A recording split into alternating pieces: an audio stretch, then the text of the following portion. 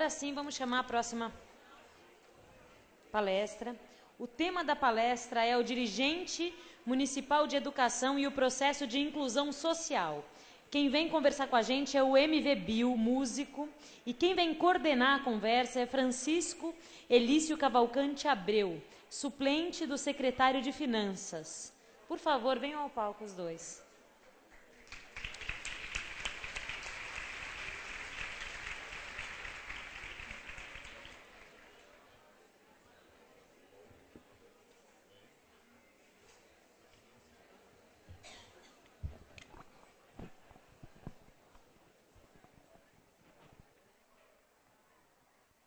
Bom, boa noite a todos e todas.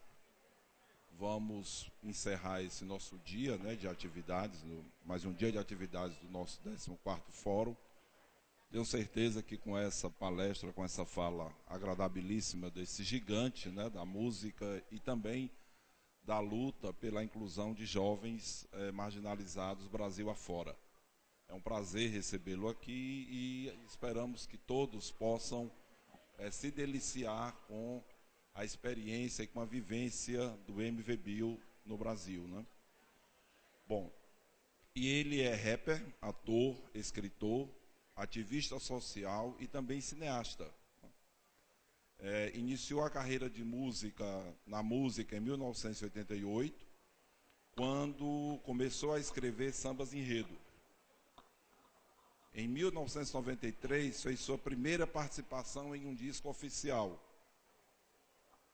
Seu primeiro álbum foi lançado em 99, com o título Traficando Informação, que contou com o videoclipe da música Soldado do Morro. Paralelamente à carreira de rapper, MV Bill lançou em 2005, junto com Celso Ataíde, o livro Cabeça de Porco. No ano seguinte, Falcão, Meninos do Tráfico, disponibilizado em livro e DVD. O documentário conta a história de 17 jovens que se envolveram no tráfico de drogas, onde somente um sobreviveu. E foi lançado em 2007 um DVD, né, com o título Falcão, Mulheres e o Tráfico. MV Bill também, como ativista social, criou com Celso Ataíde a organização não governamental Central Única das Favelas, a CUFA, hoje presente em todos os estados brasileiros. Nós vamos ter a fala de aproximadamente 45 minutos, 45 minutos, né? Fica a seu critério aqui. E depois nós abriremos, com as mesmas regras dos outros debates vivenciados aqui, um debate, né, como encerramento das atividades, então, desta noite. E com todos, MV Bill. Vamos lá.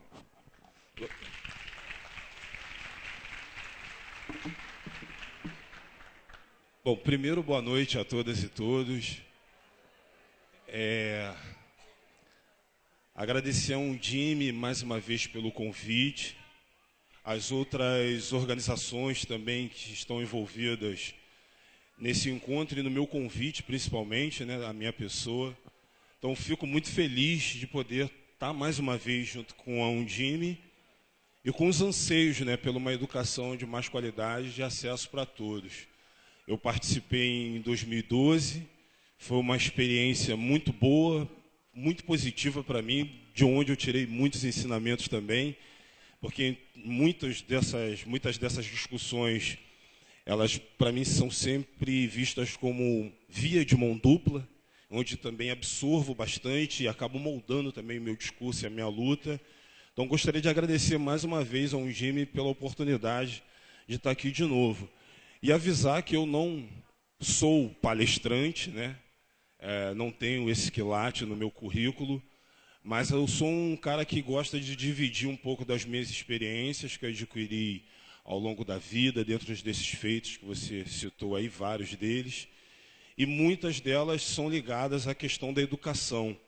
Apesar de ser um cara que estudou pouquíssimo, eu sou muito ligado à educação em forma de fomentador, de entusiasta de uma educação para acesso de todos. Eu ainda tenho nos meus planos um dia voltar a estudar e concluir os estudos, mas hoje eu faço o que posso para tentar ajudar a fazer com que outros jovens não tenham os mesmos anseios e barreiras que eu tive na época que eu estava dentro da escola na educação. E aí a minha participação no ano passado, em 2012, eu conversei bastante com a Vivian, que é a pessoa que eu mais, da Undime, que é a pessoa que eu mais tive contato, e de que a minha participação ela não ficasse limitada somente a uma fala, mas que eu pudesse também ser participativo no processo diário, ficando informado sobre como estava a questão da PNE, fiquei a par do que significava, de quão isso era importante para ter uma educação melhor. E eu achei que, de verdade, talvez por ingenuidade ou até por excesso de otimismo, eu achei que no próximo encontro, no caso hoje, a gente já ia estar comemorando aquelas questões que a gente estava discutindo no ano passado sobre a PNE. Eu achava que a gente ia chegar aqui hoje e que eu não ia precisar ter que levantar um cartaz como esse aqui para saber onde está a PNE. Num país onde se pede 10% de dízimo, 10% do salário do IPVA, 10% para o IPTU, 10% para a propina do policial na rua, a gente não pode ter 10% da nossa riqueza, do nosso PIB, destinado para a nossa maior riqueza, que é a educação. Então, o meu primeiro espanto aqui é isso. Eu vou até pedir para o meu pessoal, para o Nino depois, eu vou utilizar minha rede social, vou postar nas minhas redes, vou tirar minha foto junto para colocar, que é uma forma de colocar a minha imagem também à disposição.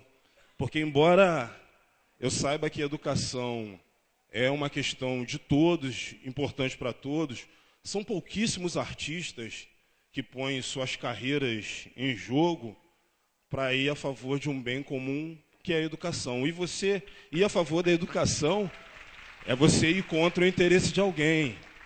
É você se indispor, como eu venho fazendo por aí, é eu batendo de frente com quem poderia estar contratando meu show, é eu perdendo uma oportunidade de entrar em estado tal porque fiz uma crítica forte à educação, é porque eu deixei de visitar a escola que ele considerava modelo e fui visitar a escola mais ferrada da cidade.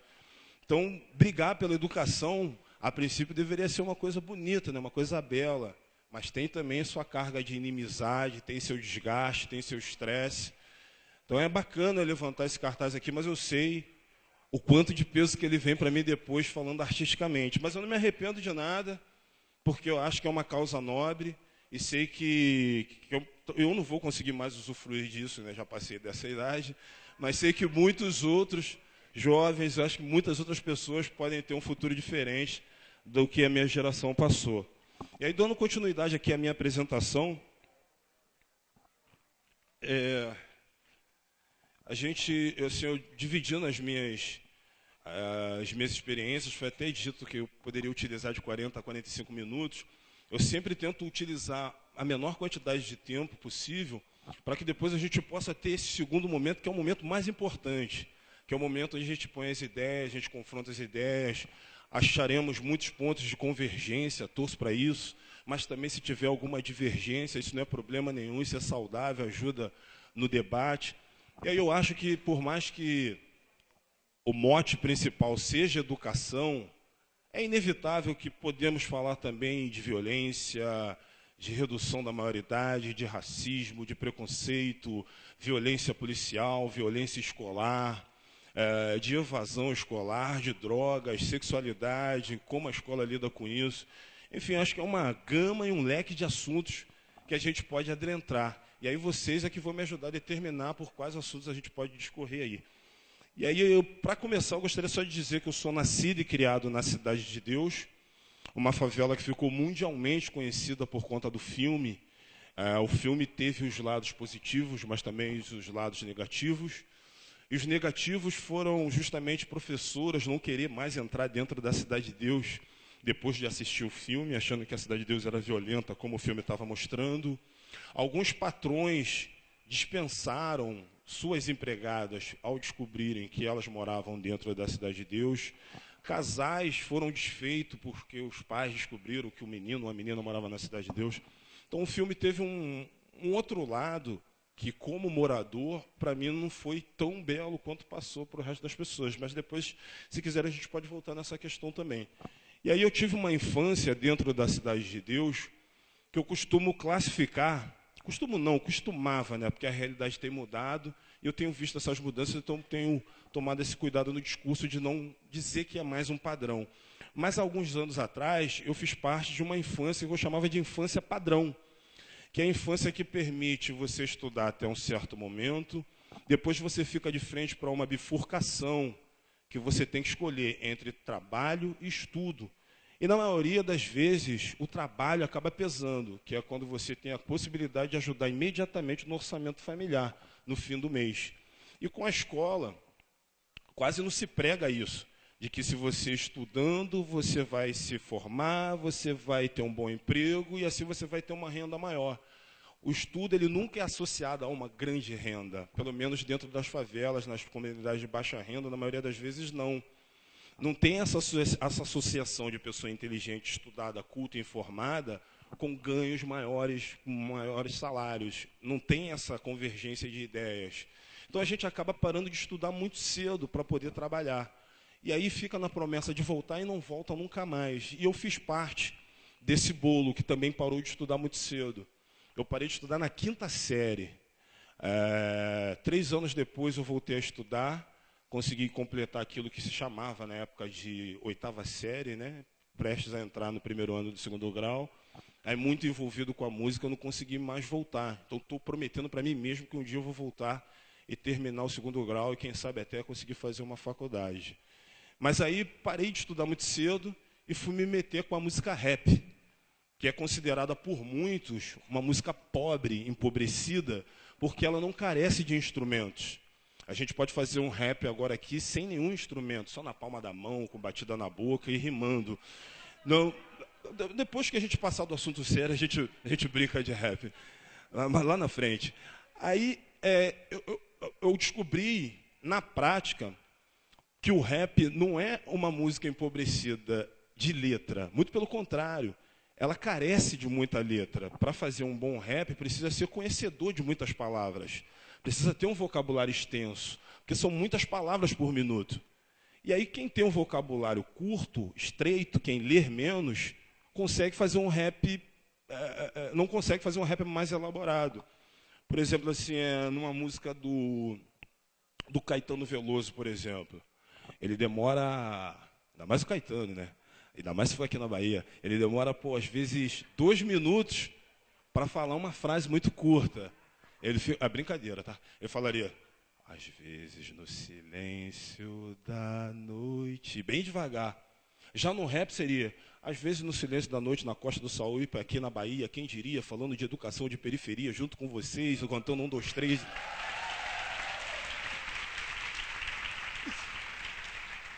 Então, são muitas palavras por minuto que tem que usar. E como eu vou fazer isso se eu parei de estudar lá na 5ª série muito cedo, não sabia quase nada? Também não tinha mais tempo e nem muito ânimo para voltar para a escola. Então, fui buscar esse recurso na leitura. Aí li 3 livros que foram muito importantes para a minha formação e para a minha elaboração dos meus primeiros raps, né? O primeiro livro que li foi do Malcolm X, que era uma liderança norte-americana, morta, assassinada na década de 70, bem radical. Li um livro do Abdias do Nascimento, chamado Negro Revoltado. Abdias do Nascimento, grande liderança afrodescendente do Brasil, que morreu também no ano passado. Mas o livro mais importante de todos foi de um político também falecido, do Darcy Ribeiro, que tinha o título de Zumbi dos Palmares. Era um livro bem fininho, mas com conteúdo bem extenso. Lendo esses 3 livros, eu descobri que, além de poder ser uma exceção dentro de uma regra que não me favorecia, eu poderia também elaborar uns raps com outras palavras, né, que muitos dos meus colegas não estavam utilizando porque não tinham esse tipo de leitura. Só que os raps que a gente fazia, eles falavam de coisas que jamais tocariam em rádio, jamais passariam em TV. Então era muito falando para mim mesmo, falando para o meu parceiro, falando para o meu amigo. Eu não conseguia nem fazer a minha família, minha mãe, meus pais, minhas irmãs gostarem do tipo de música que eu fazia. E aí a gente descobriu que pela música a gente não ia tocar as pessoas, já que a música já tinha despertado essa paixão combativa, né, de lutar contra aquilo que a gente está errado, de querer incluir todo mundo. E eu achei, na minha ingenuidade, no meu excesso de otimismo, que a mesma coisa que serviu de salvação para mim, no caso a leitura, ela poderia também ajudar outras pessoas, né? Então a nossa ideia brilhante foi montar uma biblioteca comunitária dentro da Cidade de Deus. Aí tinha eu, mais 2 amigos, um era o Dom Michel, outro era o GT. Montamos uma biblioteca comunitária. E aí nós 3, a gente lia o mesmo livro 3 vezes ao dia. A gente fazia debate com a gente mesmo. A gente quase saía na porrada entre nós mesmos. A gente não conseguia trazer a comunidade para dentro da nossa biblioteca. A gente descobriu que não bastava a biblioteca, tinha que ter o hábito da leitura. Se não tivesse esse hábito, as pessoas não iam entender que entrar ali dentro era uma forma de buscar conhecimento. Então a gente não sabia nem como fazer esse hábito e ser iniciado dentro da Cidade de Deus. Até quando a gente conversou com outras pessoas que pensavam em comum e a gente decidiu criar a CUFA, que é a Central Única das Favelas. A gente em nenhum momento tinha intenção, ou tem a intenção, de substituir a escola, o ensino formal. Muito pelo contrário. É que a gente vê que muitas escolas, tendo a Cidade de Deus como base, ocupa apenas um período da vida desse jovem. E o outro período ele ficava no ócio. Então a gente aproveitava esse tempo ocioso para trazer ele para dentro da nossa instituição e para ali, naquele momento, passar alguma coisa de sabedoria, de conhecimento. Criamos oficinas. A princípio a gente achava que só a gente deveria nos ajudar, não deveria ter uma via de dentro da favela para fora dela, só internamente. E a gente descobriu que isso era um grande erro, se fechar. Ainda que partisse de nós mesmos, a gente tinha que abrir e ter essa comunicação externa também. E aí a gente começou a ter alguns cursos, oficinas e acessos que até então a gente não tinha. Como, por exemplo, um curso de audiovisual, ensinando jovens de favelas a manusear câmeras, como esse moço que está aqui na minha frente aqui.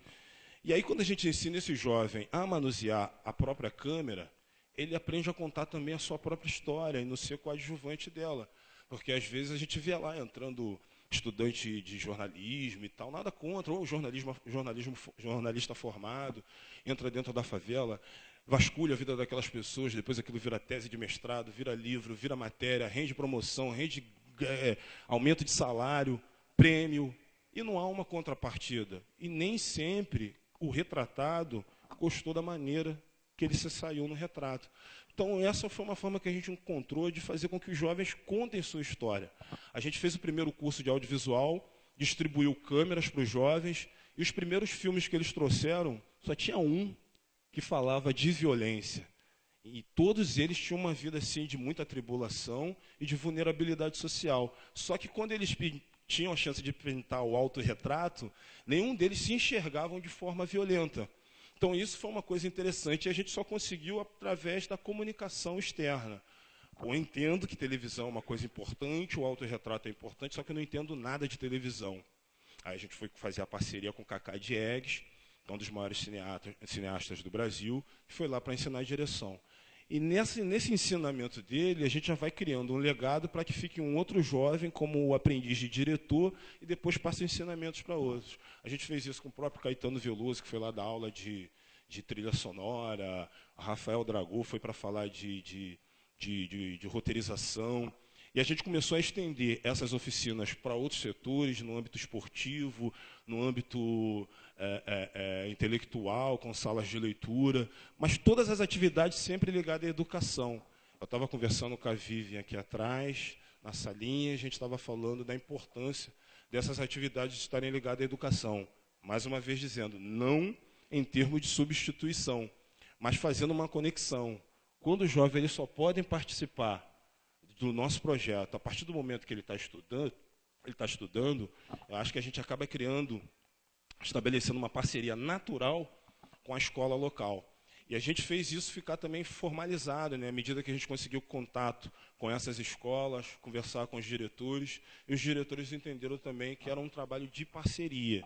A gente teve um terceiro problema, que eram os jovens que iam para a escola, estudavam, tinham momentos de aprendizagem, passava pelo nosso projeto, mas quando chegava em casa, encontrava os pais discutindo ou brigando por uma partilha de drogas, brigando por conta do alcoolismo, e aí a gente teve a necessidade de estender esse trabalho também aos pais. Tivemos que chamar os pais também para dentro do nosso projeto e sugerimos também às escolas locais também que chamassem também os pais para dentro das escolas, porque do mesmo jeito que eu cobro uma educação de melhor qualidade do poder público, eu também aviso os meus pares das favelas também, de baixa renda, que não terceirizem a educação dos seus filhos para os professores, achando que são os professores sozinhos que vão educar seus filhos.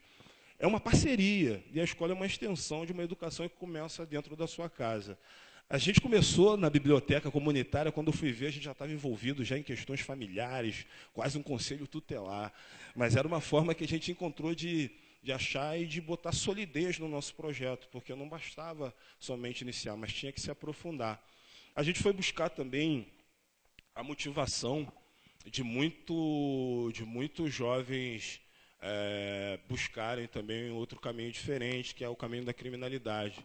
Existem muitas músicas de rap, principalmente dos anos 90, que falava de um jovem que entrou para o crime, virou chefe da quadrilha, e no final da música ele morre. Muitas músicas, só eu devo ter umas 3, assim. E aí, a gente precisa buscar um desfecho diferente para essa história. A gente precisa entender que cantar somente as músicas não está trazendo efeito.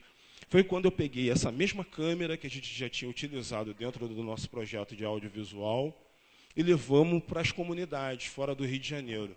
Como eu já tinha uma certa entrada, o fato de fazer rap, de ser da Cidade de Deus, eu chegava nos lugares, os jovens já iam dizendo: Bill, pode filmar o que você quiser, filma o que você quiser e conta a história do jeito que você imaginar. Eu nunca aceitava isso, porque eu não queria reproduzir um formato que eu discordo. Então, às vezes, eu perdia 2 horas só para explicar qual que era a minha intenção, que era de fazer um documentário para mostrar para o Brasil inteiro que é importante a inclusão social, é importante educar nossos jovens para que a gente não tenha que estar preocupado em prender os adultos no futuro e tal. E aí, só depois que eu sentia que havia uma compreensão, eu aceitava apertar o REC da minha filmadora. Como eu estava filmando, e era o Bill presente, às vezes os momentos de filmagem não eram os mais importantes, os mais interessantes. Às vezes os momentos mais interessantes era quando falava assim, não está filmando mais. Que aí tirava-se o fuzil do pescoço, a pistola saía da cintura, o assunto drogas era deixado de lado, e a gente começava a falar de vida, sonho, futuro, amor, futebol, família, hip-hop, funk, praia, parques de diversões, circo.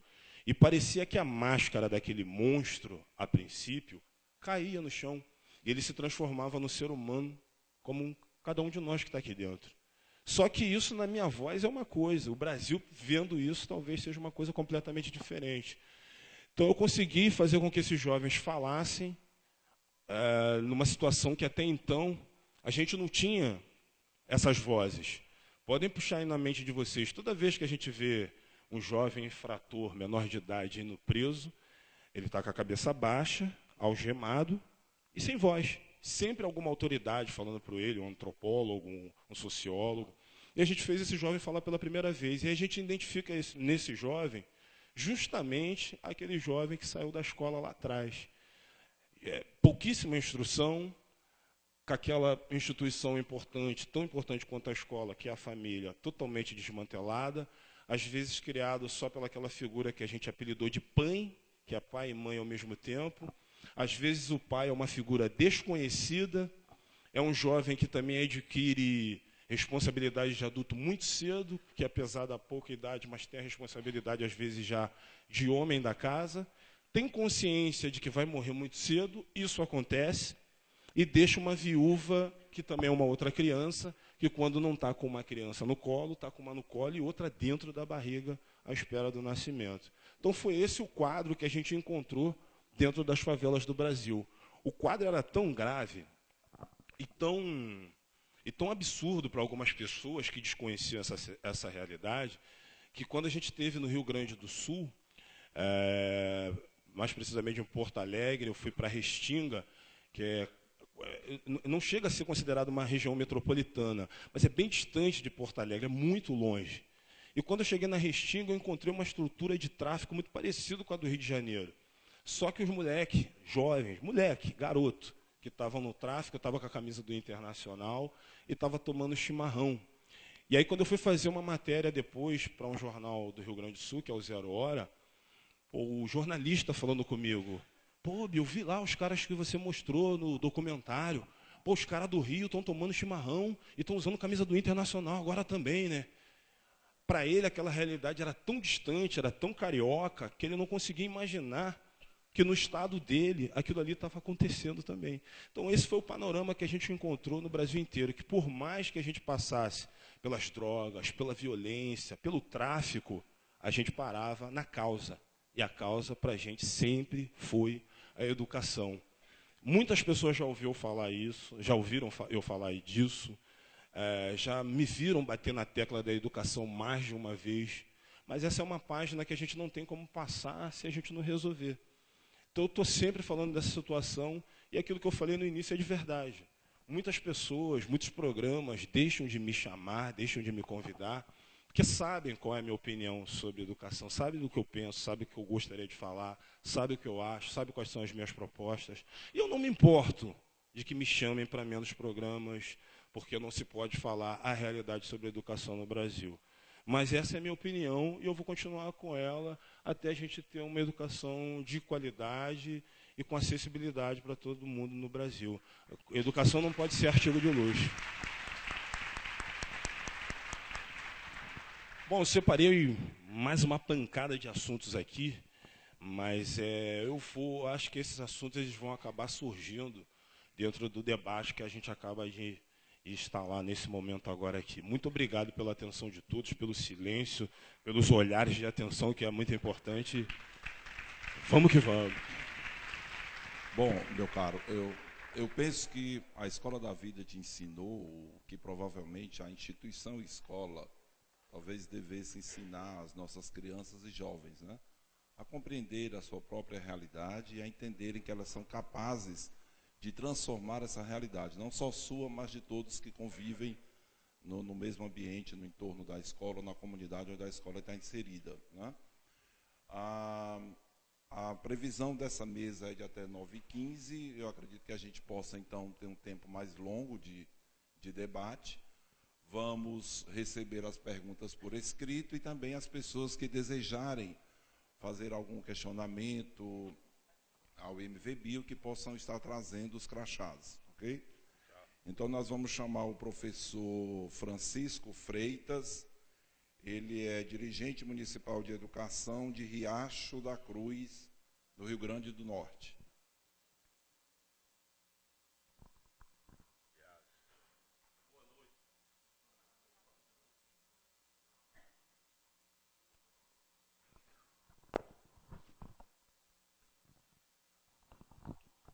Boa noite a todos.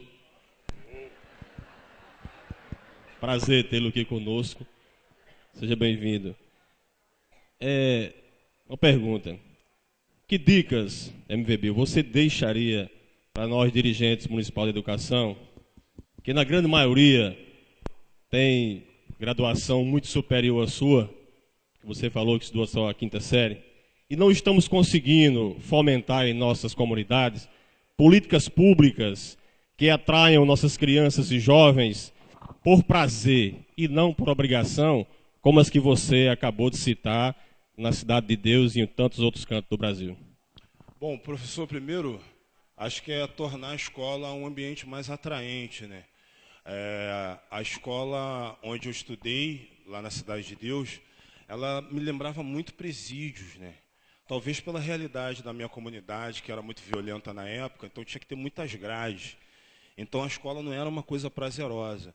E penso que também o professor de hoje, ele tem um desafio talvez 3 vezes maior do que o professor de décadas atrás, né, cara? Que além dos desafios do passado, Hoje tem os desafios extramuro, que são as drogas cada vez mais sedutoras, a sexualidade cada vez mais aflorada, tem a questão das mídias, das redes sociais, da internet. Eu participei de um congresso com professores da rede de ensino público em Minas Gerais, e eu falei que o ensino precisava ser modernizado, e muitos professores não gostaram, né? Uma parte até quase me vaiou, até ensaiaram uma vaia, porque eu disse que tem muitas coisas que a gente aprende no ensino hoje formal, que é inútil no nosso dia a dia, que a gente não utiliza. E aí eu citei uma das matérias que eu mais tinha dificuldade em aprender, que era a raiz quadrada, né? E aí eu questionava a professora qual a utilidade disso no dia a dia. E achava que coisas tão importantes, que a gente não pode tirar do currículo escolar, poderiam ser associadas a práticas diárias, como você se comportar diante de uma dura policial, como você se comportar em determinada situação, sabe, de drogas dentro da escola. Acho que isso, aliado à educação, acho que talvez tornaria um ambiente mais favorável, né, para a frequência. Eu tive num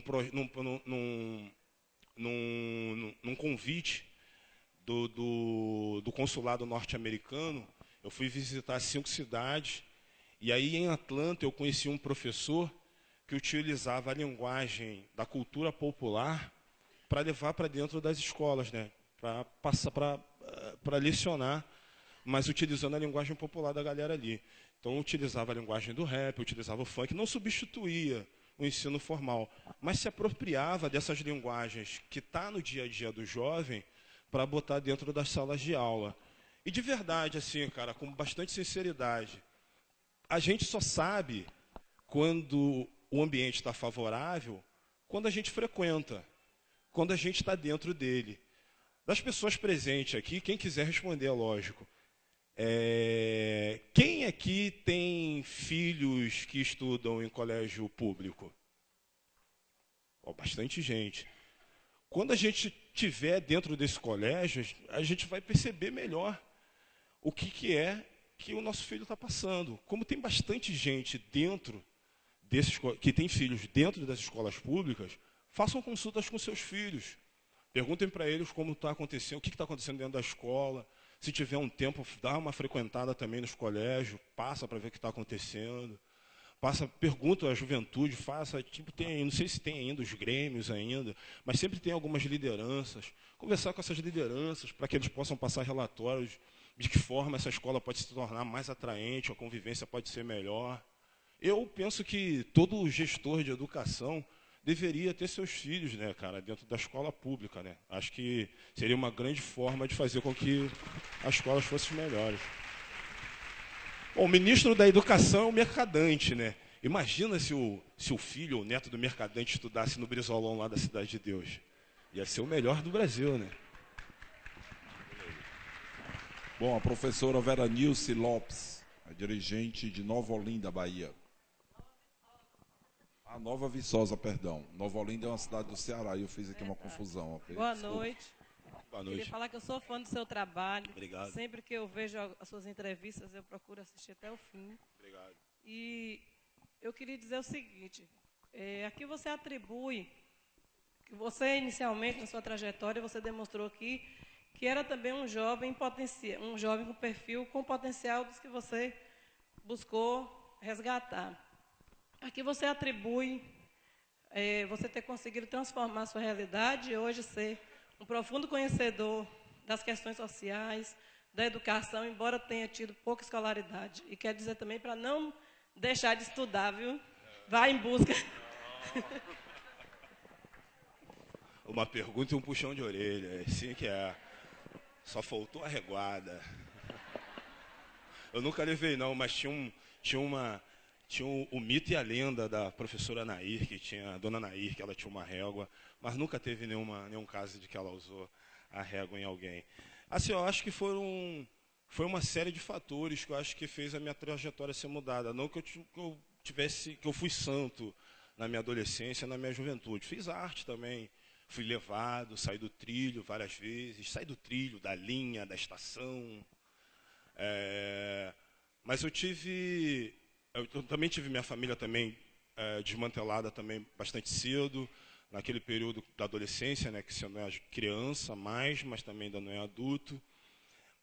Mas mesmo com os meus pais separados, assim, minha mãe, ela falava muito comigo, do jeito dela, né, mas eu sempre percebia que ela estava querendo o meu bem, sempre tentando me dar um alento do que a vida podia me trazer de bom e de ruim. Mas acho que o fator determinante não foi nem a música, não foi nem o rap, não foi nem a consciência, acho que foi o medo. Acho que foi o medo de morrer, o medo de me ferrar, os exemplos que eu via todo dia, toda hora dentro da Cidade de Deus, acho que me fizeram trilhar um caminho diferente. Naquela época, o rabecão demorava muito para passar recolhendo os corpos, né? Não é igual hoje que a própria polícia joga dentro do carro e leva como se fosse para socorrer, a figura chega morta no hospital. Então ficava lá no corpo no chão, às vezes 10, 12 horas. E a gente saía para ir para o colégio, pulava o corpo, passava pelo canto, ia estudar, voltava para casa, o corpo estava lá, descia para jogar futebol, ainda estava lá. Então só era recolhido de madrugada. E no dia seguinte a gente saía para estudar e ainda estava lá o sangue ressecado no chão. Então a gente tinha um exemplo permanente daquilo que a gente queria e daquilo que poderia acontecer se a gente fosse atrás do que queria de forma errada. A grande vedete naquele momento era o tênis, né? Hoje os tênis não estão mais com essa, sabe... Tem ainda, mas não é mais, sabe, essa coisa, eu preciso morrer por causa de um tênis. Mas naquela época era. A coisa mais importante que o cara tinha no corpo era o tênis caro que ele tinha no pé. E muitos desses exemplos ensanguentados no chão estavam com esse tênis no pé.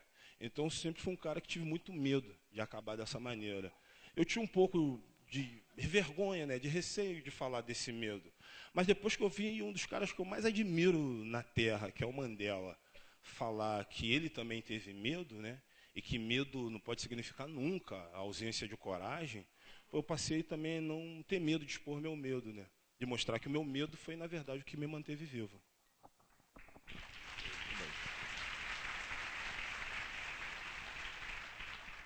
Professor Aversino Rodrigues. Ele é dirigente de Novo Acordo do Tocantins. Boa noite, MV Bill aqui. Boa noite. Boa noite. Sou muito admirador do seu trabalho, sou do Tocantins, Obrigado. uma cidade muito pequena. E na sua fala é engraçado que parece que foi muito fácil, né? Todo esse trabalho social que você tem prestado na comunidade brasileira. Mas eu queria saber aqui, qual foi o teu maior desafio para conquistar as parcerias, porque para você desenvolver esse trabalho seu, com certeza você precisa de muita parceria. E assim, desejar para ti muito sucesso, viu? Sou teu fã, beleza? Muito obrigado.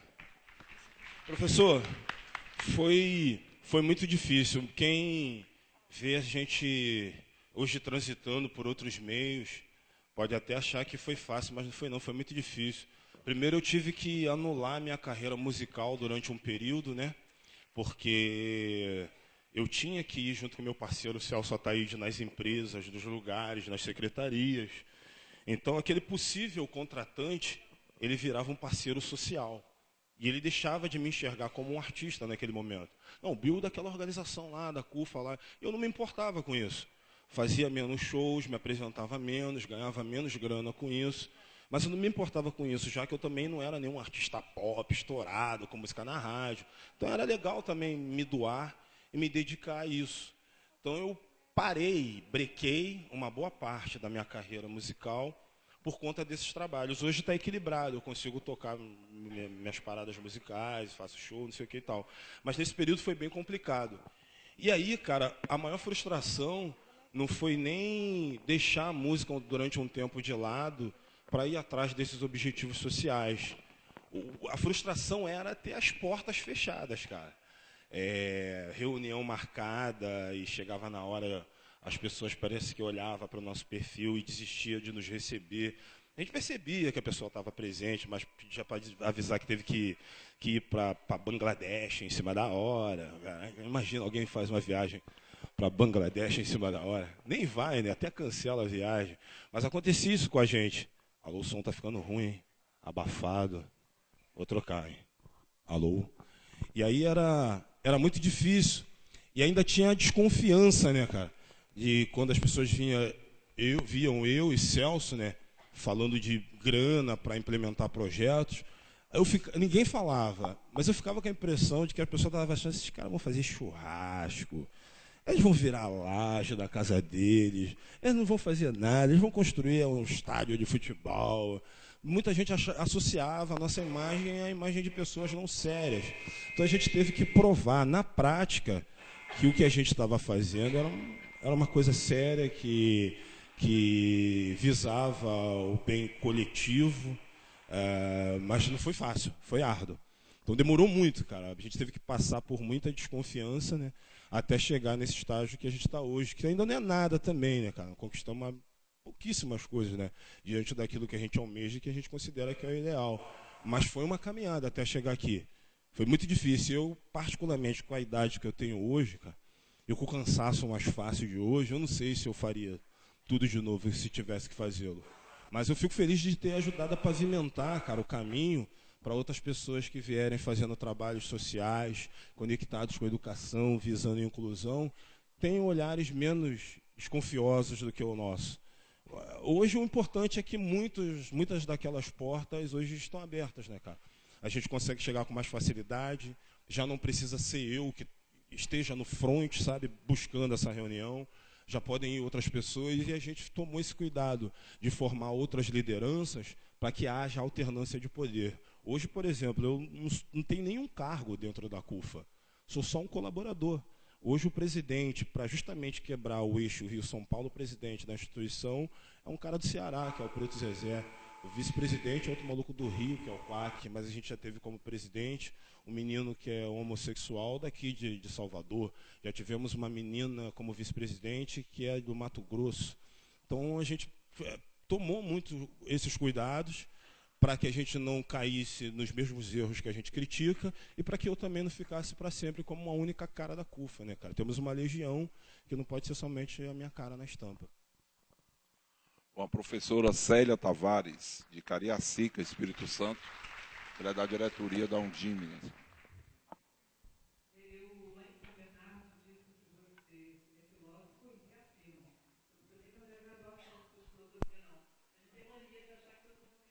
A formalização. Tem um diploma aí para mim? Tem um diploma aí para mim?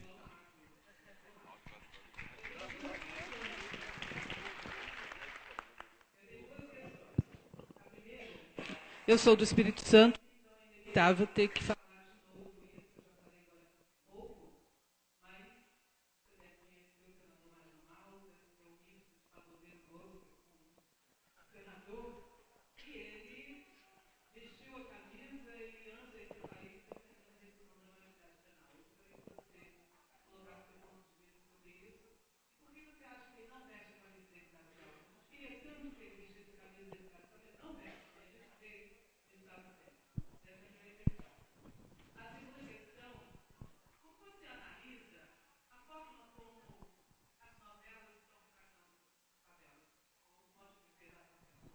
Bom, primeiro pelo Magno Malta, né, cara? Assim, eu tenho muita admiração por ele quando ele põe todo o seu vigor intelectual e físico contra os estupradores, contra a pedofilia. Eu acho isso sensacional. Mas eu acho que seria uma grande convergência ele ser contra a pedofilia e vestir a camisa da educação. Acho que tem tudo a ver. E acho que esse pensamento da redução da maioridade penal, eu acho que ele já vem de um tempo, mas talvez ele tenha ficado mais aflorado, mais em evidência por conta dos acontecimentos mais recentes, né, de latrocínios envolvendo a juventude. A gente estava discutindo ali no camarim ali atrás que os casos de latrocínios não são maioria no Brasil, graças a Deus, mas é que os casos foram alarmados porque foram casos que ganharam repercussão. Eu, particularmente, há um tempo atrás, tipo, sei lá, 8 anos atrás, eu era radicalmente contra a redução da maioridade penal. Hoje, eu continuo contra, mas não radicalmente.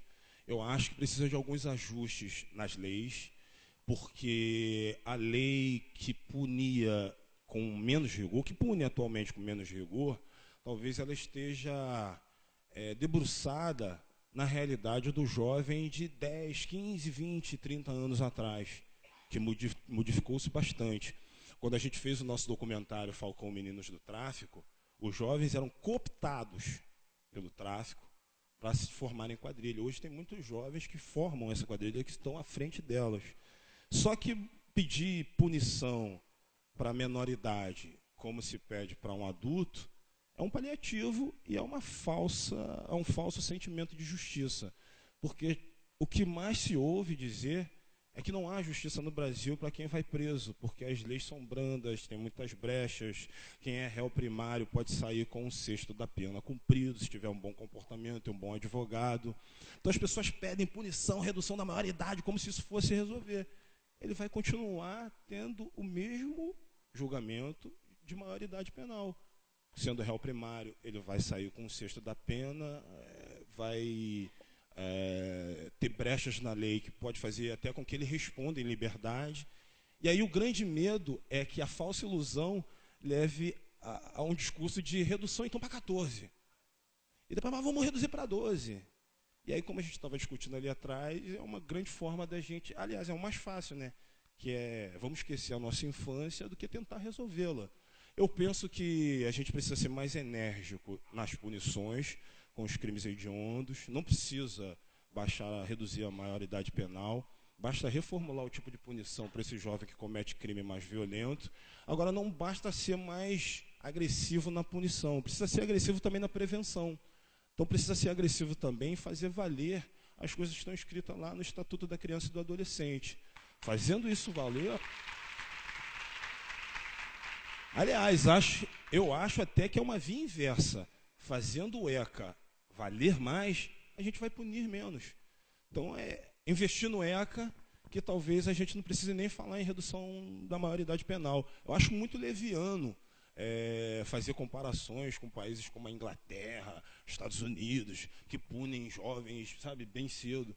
Só que lá a punição também vem acompanhada de oportunidade, de educação, não a quantidade de corrupção que a gente tem no nosso país, né? Mais acesso, mais oportunidade. Então, eu acho que precisa equilibrar as coisas e levar esse debate para uma questão mais profunda. Acho que não é tão simples quanto a sugestão parece. Né? Parece que o problema está mais na flexibilidade do Código, sobretudo o Código Penal, né, no Brasil, e que ele termina favorecendo, e principalmente a quem tem mais poder de barganha ou de fazer defesa com grandes advogados. Né? É uma legislação também caduca para os nossos tempos. Acho que a gente precisa rever isso, naturalmente, sem que se precise mexer na questão da redução da idade penal. Concordo com você, cara. Eu acho que reformulando o que já tem, o que já existe, cara, acho que já vai ter punição suficiente e pode ter correção também. Bom, a professora Rosilene Cavalcante, ela é dirigente de Coaraci, Bahia. Da novela. Desculpa. Era para ver se vocês estão atentos. Bom, na novela, eu tive conversando, eu estava no programa do Marcelo Tais, ele tem um programa na internet, ele estava me perguntando sobre a Glória Pérez, só que o programa dele é mais de jogar na fogueira, né? Para botar a pessoa na saia justa. Ele queria que eu batesse na Glória Pérez, porque ela não está retratando bem o Complexo do Alemão. Só que eu nunca esperei que ela fizesse isso. Eu nunca aguardei que ela fizesse isso bem. É uma ficção. Além de ser uma ficção, é uma novela em horário nobre e de uma forma que cheia de patrocinadores, sabe? Cheia de compromissos. Não dá para esperar que uma novela vá contar a realidade. Agora, eu fiquei muito curioso, já perguntei para alguns moradores do Complexo do Alemão o que eles estão achando de se verem retratados na televisão dessa maneira. A maioria não curtiu muito, não.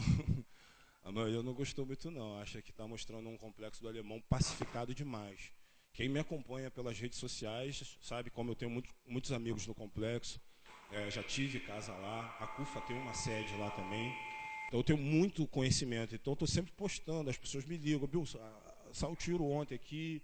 A bala está comendo nesse momento. Tem uma pessoa baleada. Então, estou sempre postando ali para mostrar que o Complexo do Alemão não está pacificado. E se não consegue pacificar o Complexo do Alemão, cara, acho que o Complexo do Alemão virou tipo um símbolo, né? Pela aquela retomada, pela aquela fuga dos bandidos pela mata. Então, se não consegue pacificar o Complexo do Alemão, acho que perde-se aí um símbolo importante. E a pacificação, para mim, ela vai além da ocupação. Hoje a gente tem muitas favelas ocupadas, né? Mas pacificadas não. E eu falo direto quando tenho oportunidade, também é outra coisa também que me faz perder alguns contatos, talvez, com o governo do meu estado. Mas eu sempre falo para o secretário de Segurança, o Mariano Beltrame, lá do Rio de Janeiro, quando eu tenho oportunidade, e ele concorda comigo de que a ocupação ela não pode ser só policial. Que só a polícia ocupando a gente não tem pacificação. A gente precisa lá de um exército de professores estimulados, agentes sociais, né?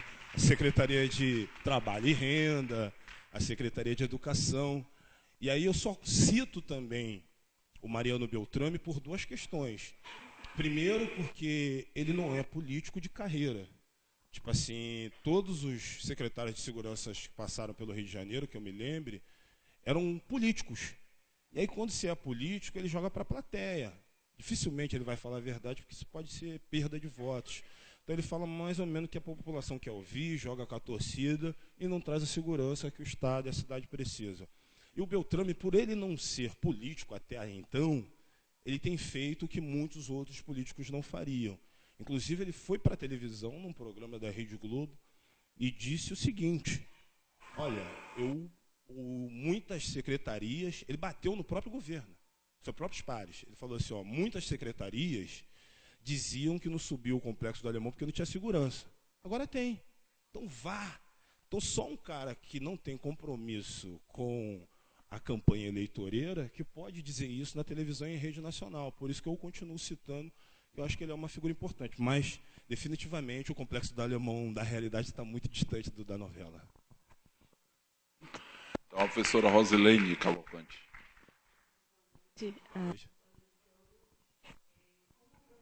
Estou. A história me faz refletir.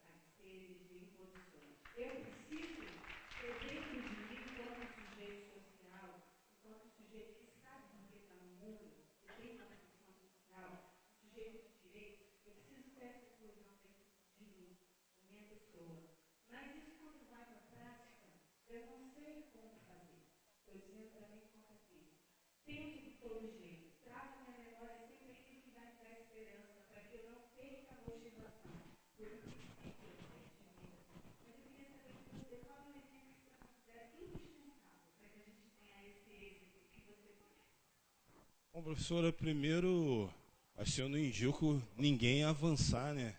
Aquela barreira, sabe, do limite entre a sensatez, sabe, e aquilo que pode te causar algum tipo de risco, algum tipo de perigo, né? Principalmente nas últimas notícias, uma loucura de aluno espancando professor, espancando professora, uma covardia que eu nunca vi no tempo que eu estudei. E olha que na minha sala, na minha turma, tinha nego casca grossa. Mas levantar a mão para a professora, isso eu nunca vi. Então, talvez, de repente, por conta da associação das drogas, sabe? Ou até mesmo a mentalidade mais violenta mesmo, então, tá um pouco mais complicado, não é tão fácil chegar, principalmente para as mulheres, porque tem a questão do machismo também, né? De se sentir mais homem quando está diante de uma mulher. Então, tomar bastante cuidado, sabe? Com esse tipo de violência que pode acontecer. Agora, aqui na Bahia, eu tenho uma visão específica. Primeiro porque Bahia é o estado mais afro do país, né? É uma das cidades mais pretas do mundo. E o Brasil tem muita dificuldade de falar na questão racial. Como se a gente estivesse falando algum palavrão, como se fosse uma heresia falar disso no nosso país, sobretudo dentro da Bahia. E aqui a gente tem uma violência muito racializada. É quase um genocídio. Já existem estudos que mostram um déficit entre a população masculina jovem, de tanto que morre e tanto que matam. Eles são os que mais sofrem, os que mais reproduzem a violência. Agora eu tenho uma frustração, né, que era uma expectativa, que era muito grande quanto ao governo atual, né? Eu não queria falar muito de política partidária, mas eu preciso falar. Eu tinha muita expectativa quanto ao governo atual, porque sempre foi um governo de uma outra esfera que governou o Estado, né? Eu tinha muita expectativa, vai ser a chance de uma aproximação, na minha cabeça otimista e ingênua, né? Vai ser uma chance de aproximação entre o povo e o poder público. E quando há essa aproximação, na minha cabeça e no meu entendimento, é a chance que o poder público tem de entender o que está acontecendo e não vir com aquelas receitas do bolo pronto, ó, lá no bairro de Massaranduba, precisa botar lá no centro. Não. Tem que se reunir com as pessoas que moram em Massaranduba para saber o que eles querem, o que precisa, quais são as urgências. E aí eu vi essa receita do bolo pronto indo para os lugares. E a Bahia, eu frequento a Bahia desde 2000, foi a primeira vez que pisei nessa terra. E de lá para cá eu só estou vendo a Bahia ficando cada vez mais violenta, mas cada vez mais violenta.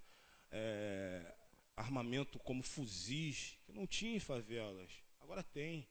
E aí a gente foi para uma ação que era no Nordeste de Amaralina, que tinha ali 3 comunidades, uma tríplice fronteira, que ninguém podia passar e que era local de confronto.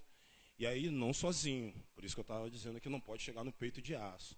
Fiz uma articulação com lideranças locais, com associações de moradores, com a CUFA local, e conseguimos fazer uma trégua para fazer um bate-papo como esse que a gente está fazendo aqui lá. Então, eu fui lá, no Nordeste de Amaralina, a gente pediu para que a polícia não nos acompanhasse, já que a polícia era coautora ou autora de muitos homicídios que estavam acontecendo na região, então não queria que eles fossem junto com a gente. E que todos os riscos a gente assumiria sozinho. Se acontecesse alguma coisa comigo, seria de minha própria responsabilidade, não precisa me acompanhar. Se quiserem chegar lá depois, cheguem, mas não cheguem junto comigo, que eu não preciso de vocês, quero ir sozinho. E aí, sozinho, a gente conseguiu, sozinho que eu digo, sem a presença policial, a gente conseguiu parar a guerra por um momento, conseguimos falar de muitos assuntos que a gente está abordando aqui, e sem nenhuma força e sem nenhum tipo de incentivo e nenhuma parceria com o governo. Mesmo assim, eu fui pessoalmente falar com o governador, mandei recado, avisei a assessoria, aconteceu isso aqui, no Nordeste de Amaralina. Nós conseguimos uma trégua através de uma fala.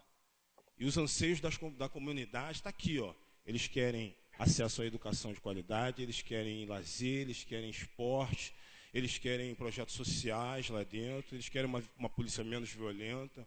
Se isso for importante, está tudo aqui.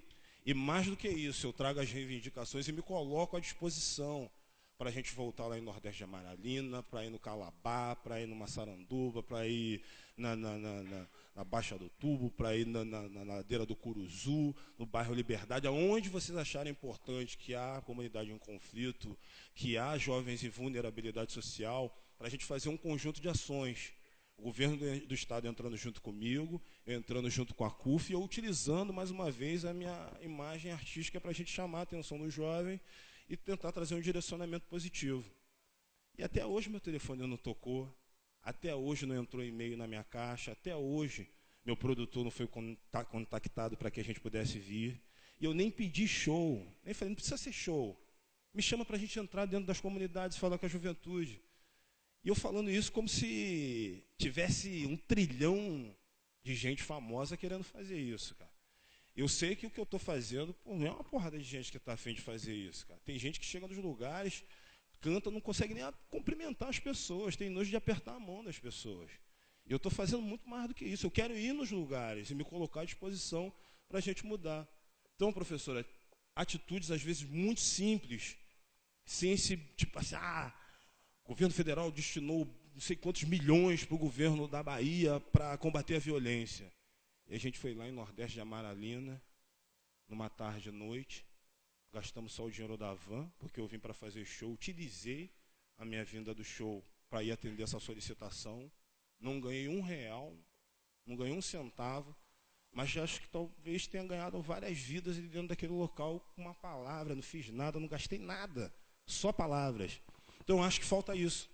Falta atitude e falta boa vontade, porque eu acho que os problemas são facinhos de resolver.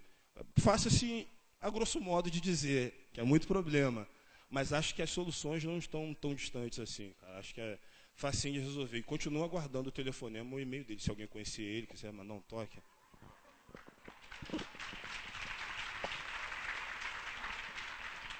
Bom, nós temos aqui mais 3 participações, acredito que as inscrições ficam encerradas aqui, né? E acho que nós poderíamos fazer em bloco essas 3 questões, tá? Pedindo às pessoas que sejam o mais objetivo possível para dar mais tempo do MVBio responder e também fazer as suas considerações finais aí, né? E cantar, aí ele ainda vai cantar, né? Apresentar aqui um rap, né? Bom, vamos lá. O professor Edelson Pinto, que é dirigente de Tonantins, Amazonas.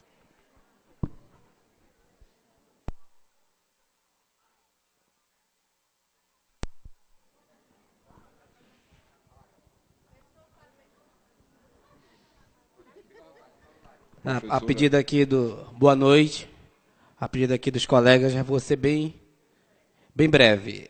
Fazendo uma relação com a sua experiência no Rio de Janeiro e com a minha experiência no Amazonas, a gente faz uma viagem, né? Sabe, no retorno. E o que instiga agora a pergunta é o seguinte: a entrada de entorpecente nas aldeias indígenas no Amazonas também é um grande desafio para nós hoje, que atrapalha o nosso trabalho como dirigente naquela localidade. Qual a sua colaboração para esse relato? Professor, por gentileza, você pode repetir aqui? Qual que é a colocação? A colaboração. Colaboração. Entendi, valeu.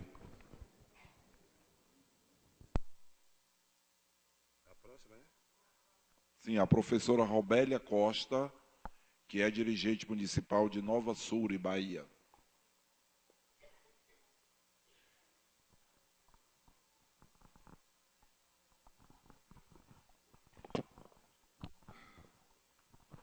Boa noite. Algumas coisas foram já explicitadas, mas vou acrescentar. Sou do semiárido, né, e cidade do interior, que normalmente normalmente nós não vimos a violência tão aflorada. E hoje nós estamos com crianças nos anos iniciais, de 7 ou 8 anos, né, que com indisciplina, que o pai não sabe lidar com essa criança e acaba passando a responsabilidade para a escola. Vemos também a questão dos professores, né, a questão das agressões aos professores. E aí vem uma outra discussão que os pais também sentem um certo receio, que é em relação à interpretação que é dada ao Estatuto da Criança e do Adolescente, que os pais, às vezes, se sentem intimidados até de ter uma atitude de pai, eu não sei se pelo perfil de família, né, que já modificou hoje. De que forma você vê essa discussão do papel da família e o Estatuto da Criança e do Adolescente, trazendo também a questão dos deveres e não somente dos direitos da criança e do adolescente?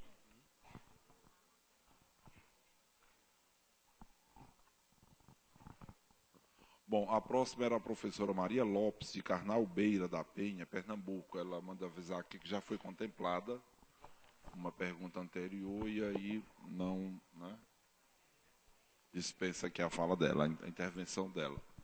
Só essas mesmo? Só. Bom, pessoal, já vou então já agradecendo logo aqui também, já, né, antes de responder, dizer que muito bacana, cara, muito legal esse tipo de assunto. Acho que daria para a gente ficar aqui muito mais tempo falando sobre ele, mas seria legal também se muitas pessoas que lidam com essa questão, né, diretamente, pudessem estar presentes aqui para ouvir isso. Sobre drogas na comunidade indígena, eu conheci jovens que trabalhavam a cultura hip-hop no Amazonas, em Manaus, e eles tinham um nome de Movimento Hip Hop da Floresta. Eles decidiram misturar o hip hop com a cultura e os costumes indígenas, e uma das tentativas dele de levar esse trabalho para dentro das aldeias era justamente para combater a entrada das drogas, dos entorpecentes, que era uma coisa nova nessas aldeias.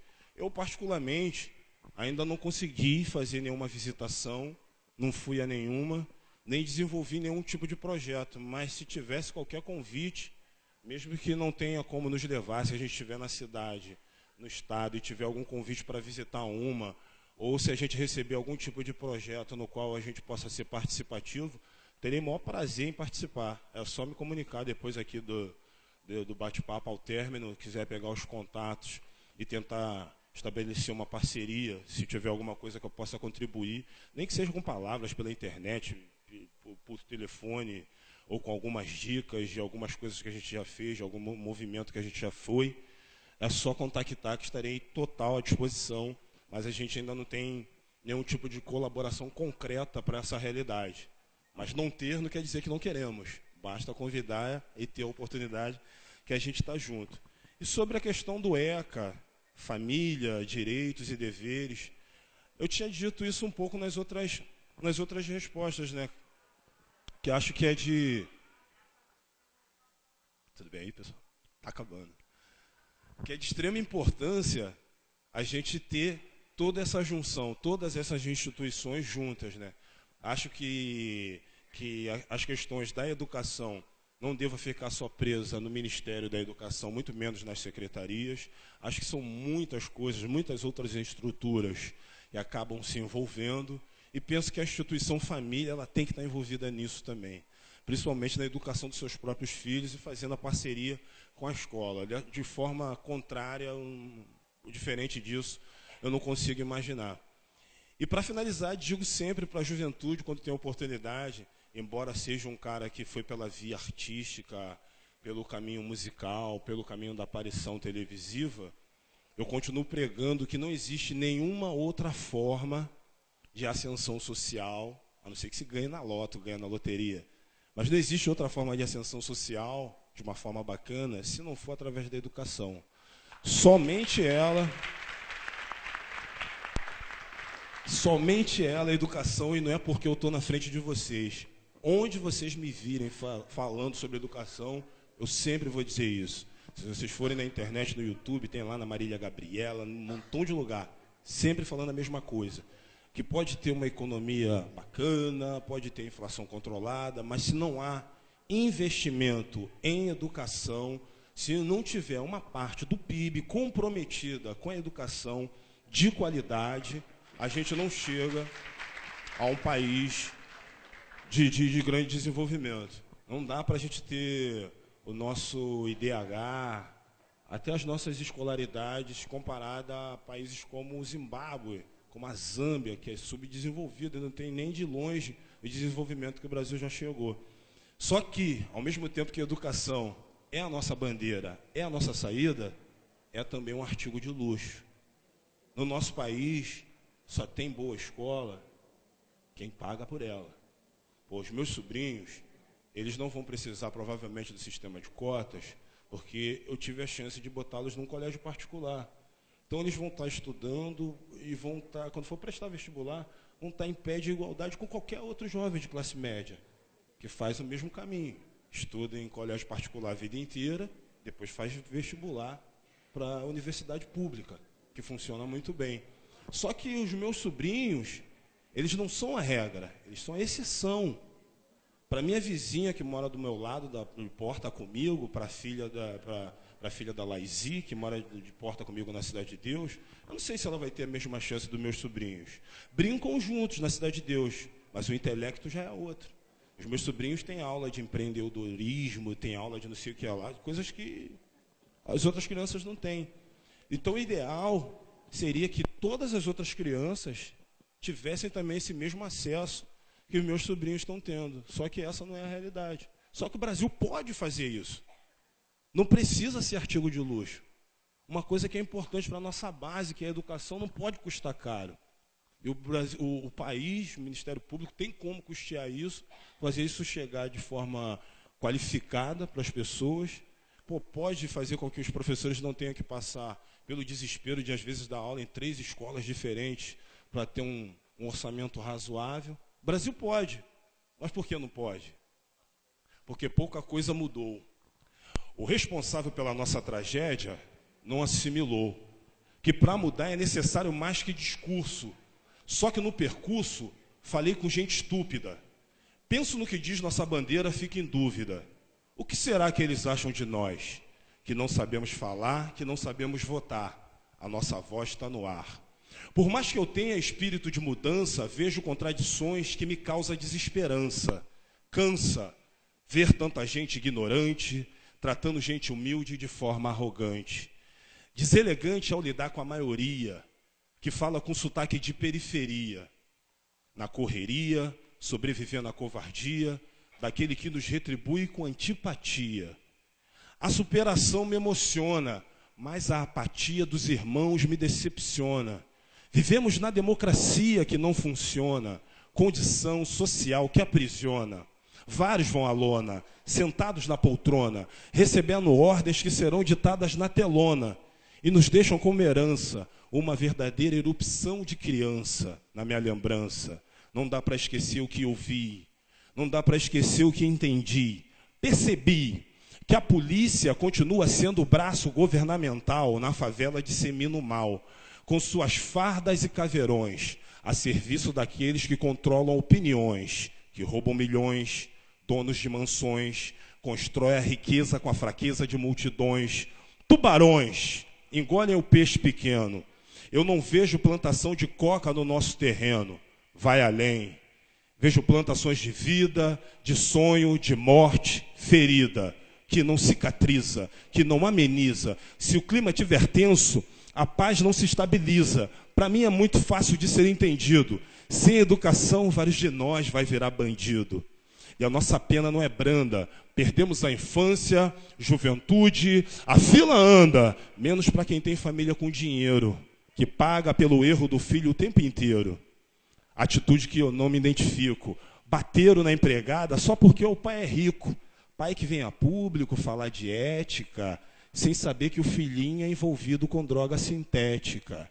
Vida frenética, fazendo merda na Avenida Paulista com a certeza que a justiça é menos energética. Não é assim com a gente. Nova operação policial leva a alma de um inocente. Deixa a criança ferida, com bala perdida. Mais punição como medida, revelando incompetência no poder. Porque a corrupção permite que a atrocidade ultrapasse o seu limite. Por mais que uma parte da elite evite, um afro-genocídio existe, onde pessoas morrem por conta da cor. Com sobrenome comum, não temos valor. Artista caô, que fala de amor, só que não fecha com nós nem na hora da dor. Por isso eu faço do meu palco um púlpito, usando minha voz contra o Brasil que é corrupto. Impunidade fala mais alto, os homens de preto sobem o morro para defender o asfalto. Que impotentes assistam à tragédia, o desnível entre a favela e a classe média, e trata o gueto como se fosse a África, numa distância que nem chega a ser geográfica. Distanciamento provocado pelo preconceito, como se nascer aqui fosse um defeito. Não é. É parte do destino que você ajudou a escrever quando não quis se envolver.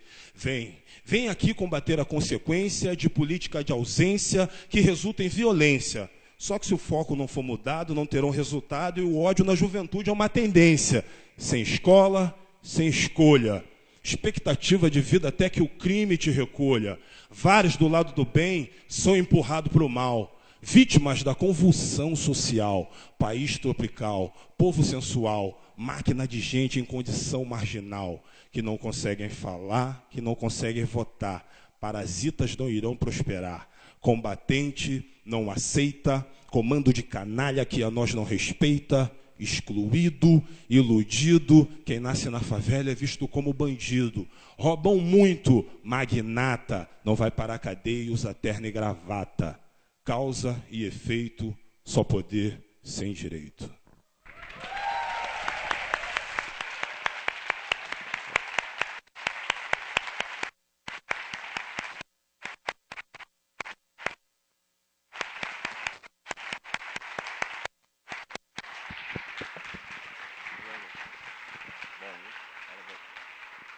Bom, nós agradecemos então ao MVBio, né, pela lição de vida que você nos traz, né? E com certeza a tua história, a tua luta nesse país de tanta gente ainda excluída, pelas informações, pelo conhecimento que você revela aqui para todos nós, você poderia ser doutor honoris causa de qualquer uma das melhores universidades brasileiras. Tenho certeza disso, bicho.